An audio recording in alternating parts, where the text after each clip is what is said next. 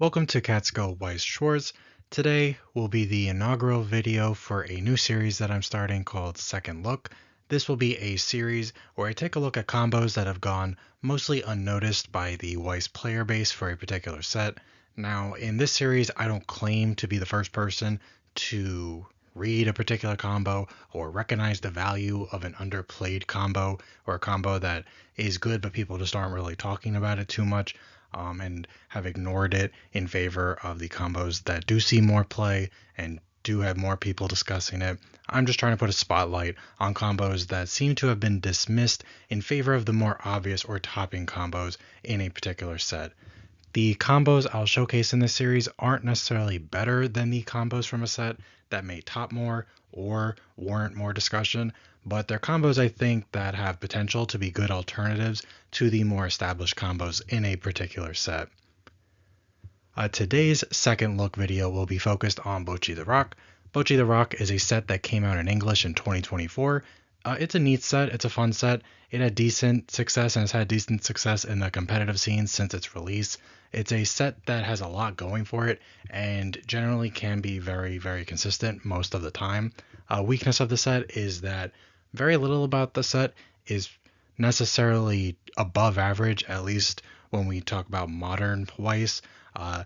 There's a lot of stuff that's really, really good, very consistent, but there aren't a lot of cards in the set that make a player stop and reread the card because they couldn't believe how good it was. The set sort of trades this explosiveness in card quality for consistency, and it does do that very well. It's a set that would greatly benefit from a set 2.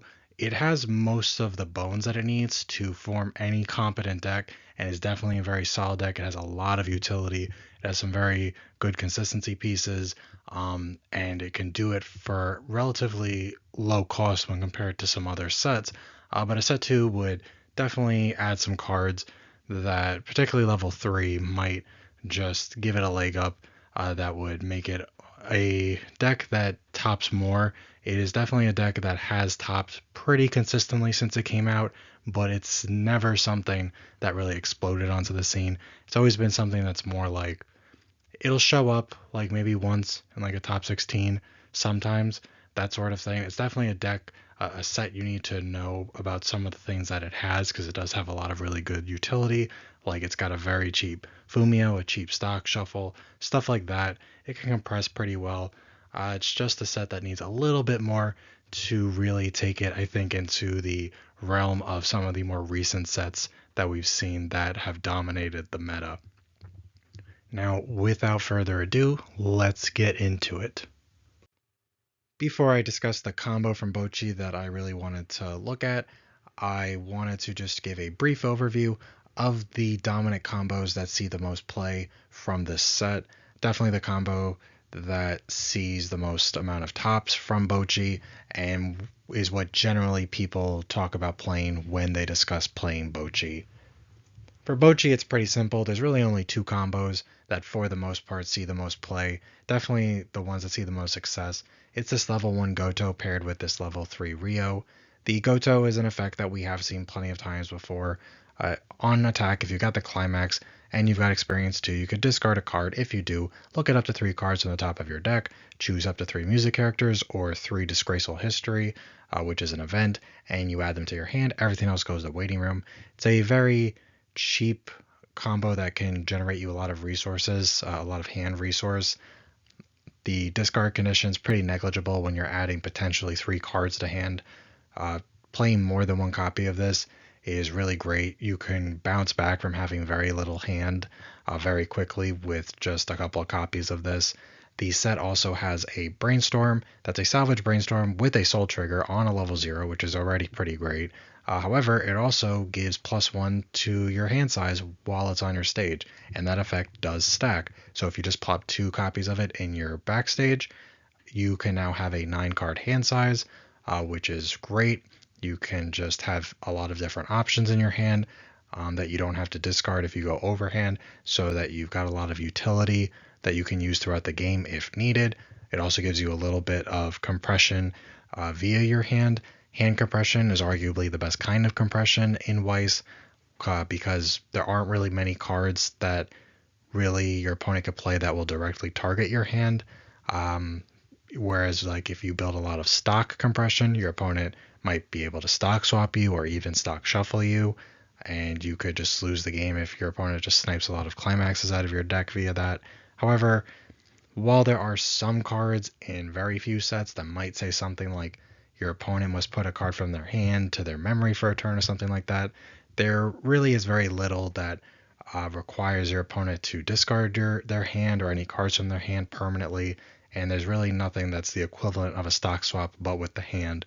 So it's a great way to just maintain resources in your hand, let you hold on to utility that might be useful as the game progresses, and gives you a little bit of compression. The level 3 combo that sees the most play and definitely sees the most tops from this set is this level 3 Rio. This Rio is good, but it's basically just Maureen from Hololive. The difference being that it is a burn 3 instead of a burn 2 like Maureen, and it's also at end of attack rather than on attack like Maureen. It also has the standard Maureen effect of on play you could sack a character, look at top 3, pick one card to go to stock, one card to go to hand. It's a very cost efficient finisher. End of attack might be even better than on attack because you can go into your attack phase with 0 stock and you will still be able to triple this combo. The only thing is she might be susceptible to memory kick, but still a very solid combo all around. It's no surprise that this tops so much. It is very decent. Having the extra stock and the extra hand, because of how cheap this finisher is, means you can use your stock in your hand on other things like a Fumio or a stock shuffle or brainstorms or whatever you might need when going into your final turn. Also means that you can use those resources a little more liberally throughout the game before that, so it's easier to get out of bad deck states or to just add pressure on your opponent because now you feel like you have more resources at your disposal that you don't have to save for your finisher if you had a finisher that had a more average cost to it. You could use cards you might otherwise have felt you had to save. Just a very solid card all around. There is a lot of value in these two combos, and it's easy to see why they see so much play and why they are almost always the two topping combos for any given Bocchi list. However, despite being the dominant combos in the set and in most topping Bocchi lists, they are not the only ones worth looking at. That brings us to the combo that is worth taking a second look at for Bocchi. It is this Kita level 3 standby combo. She gets 500 power for each of your other music characters. Also on play, you can discard to heal to stock. Stock healers are always nice. And also her climax combo is when you play the climax, which is a standby climax. If she is in your center stage and you have another music character, you can choose one of your characters, and that character gets the ability till end of turn that when it attacks, you may deal 1. So burn 1, even a free burn 1, is pretty boring. It's not something that really sounds like a modern finisher. Maybe 10 years ago it would have been better, but certainly by today's standards, it's pretty bad actually. The part that makes this combo good and its real redeeming quality is the fact that you assign that on attack burn 1 to any character on your stage. This opens up a lot of really cool possibilities because there are some cards in the set that really pair well with that effect. The first one that we're going to look at is this Hidden Name Kita. Her first effect is if your memory has 2 or more cards, she gets 2500 power and can't be chosen by your opponent's effects. Both of these effects are pretty relevant because they pair very nicely with her second effect, which is when she gets a reverse, you can pay 1, discard 2 music characters. If you do, stand her. What's super interesting about this, aside from the fact that it is a very cheap restander, pay 1 at on reverse means you don't need any stock going into it. Normally, all finishers have a higher cost to make up for the fact that you can use their effects without a climax. But she's pretty cheap. Discard 2 really isn't too much. What's really great about her is that if you have 2 copies or even 1 copy of the level 3 combo Kita, you assign all of the burn 1s on attack to the restander Kita, and she gets it on the first swing, and then she will also get the burn 1s on her restander when she swings again. because the Kita does not say that the ability is limited to once per turn. So it's whenever it attacks that turn, burn 1. So let's say you've got 2 of the level 3 standby Kita on the left there, and you've got 1 of the restander Kita that's on the right. Now you assign all the burn 1s on attack to the restander Kita. She attacks, burn 1, burn 1. Then you do your trigger check, you get the reverse, you pay the cost, you restand her, you attack again. That is another burn 1, burn 1. That's pretty solid considering that you get all of that for essentially just paying 1 stock for the restand and discarding 2 music characters. There is no other real cost associated with the combo since you're assigning the on attack burn 1s for free. It's very, very good in my testing. I have enjoyed it a lot. You're already on standby, at least 4 standby presumably, so it's even cheaper if you standby out the level 3 combo Kita on the left, because notably to use the restander Kita, it's only on the turn that you play her from your hand to the stage, so you cannot standby her out and then use her effect. But that's a pretty insignificant condition. The power condition is pretty nice. It's good that she gets power too, especially since standby does not give power. And there is a card in the set, it's a level 0 Rio that bounces back to hand when you play a climax and it gives power. So you can make her pretty big. Also, not being able to be chosen by your opponent's effects is always very good. Makes it so that your opponent cannot target the recenter Kita with a money counter or some type of plus soul, backup or event, or really can't do anything with it. Neg soul things, just nothing. Pretty much makes her invincible as long as you're getting a reverse, and as long as you play carefully enough, you should be able to find some lane where she could get a reverse. It is a very, very fun interaction between these 2 Kitas. It gets you 8 instances of damage. It's always good. We've seen this evolution of level 3 combos in Weiss, where generally the better ones are able to do more and more instances of damage. And even if a lot of those instances are burn 1, they are effectively free, honestly, for the most part. It's very, very cheap burn 1. So having 8 instances of damage, even if 4 of them are burn 1s, getting those for almost no real cost is pretty great. It's very efficient. Definitely means you can use your stock or your hand on other things. It's definitely a very fun interaction, and there are cards that support the restander Kita, like this level 0 Kita, her first effect. If all your characters are music, so as long as you're playing the game, she gets 1,000 power, and when she gets reversed, you can put a card from your hand into your clock and put this level 0 Kita into your memory. If you do, search a deck for a music character. So it's very easy. While this card is not the only card that sends itself to memory, she is green, which helps you get green fix. She's also a good level 0. She also searches for a specific character. She also helps set up your clock, which could be important color-wise, or if you have to meet a clock condition. It's a very solid level 0 that happens to have very good synergy with the restander Kita while putting cards in your memory. Notably, the restander level 3 Kita does not need to have 2 different named cards in your memory. As long as there are 2 cards in your memory or more, she gets that bonus power plus the can't be chosen effect. So it's very easy to set all that up. Now, this is not the only card that pairs well with the level 3 combo. There is also this level 3 yellow Nijika. She effectively does a very similar thing as the restander Kita. She just does it in a different way with a different cost. Her first effect is on attack, you may pay the cost, which is pay 4, discard 1. If you do, deal 2 damage, and she gets 1,000 power for the turn. Then she has another effect that says the turn you play her from your hand to your stage, when up to twice per turn, when the damage dealt by this Nijika is cancelled, you may deal 1 damage to your opponent. Now, this pairs very nicely with the level 3 combo Kita because you can assign both of the burn 1s, assuming you got 2 copies of your level 3 combo and 1 of this Nijika, which is the ideal board. And you give both burn 1s to this Nijika. This gives her a lot of opportunities to cancel which helps her get her own instances of burn 1 from her on cancel burn 1 effect. Now, something to keep in mind is that it activates up to twice per turn her cancel burn 1, meaning that if you attack and let's say you deal burn 1 off of the assigned burn 1, your opponent cancels. You do not deal burn 1 twice at that point.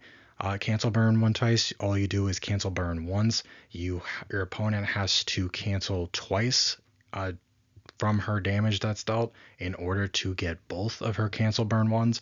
However, if you're assigning the 2 key to cancel, the 2 key to burn 1s to her, plus she has her own on attack burn 2, plus she still has her own actual battle where she'll be dealing damage, it's pretty unlikely that your opponent is not going to cancel.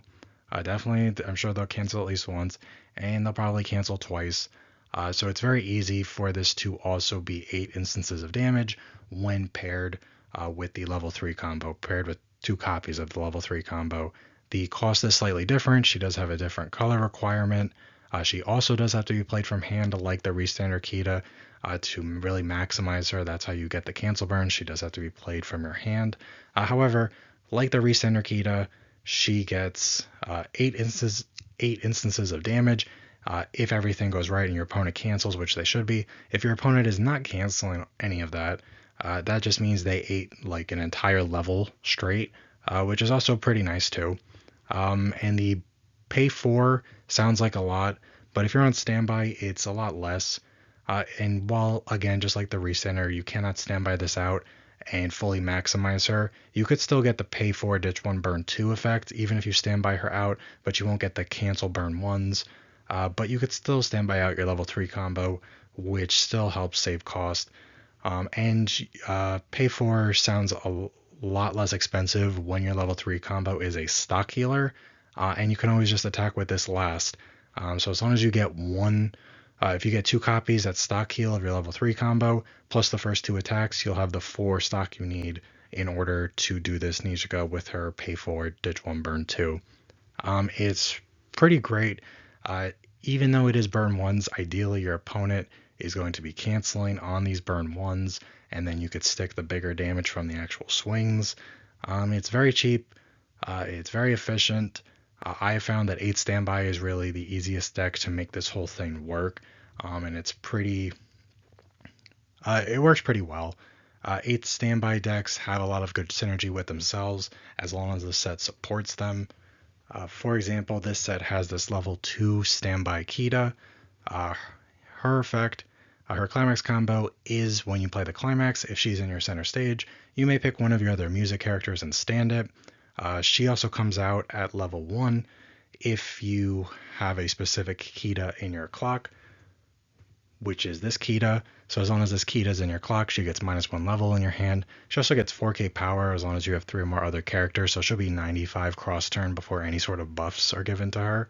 But the really good thing about this Kita is if you play her out at level 1, you can then standby something out with her climax, with her standby climax, and then she will stand it immediately. So you can get out a 2/2 or whatever you want and immediately start swinging with it.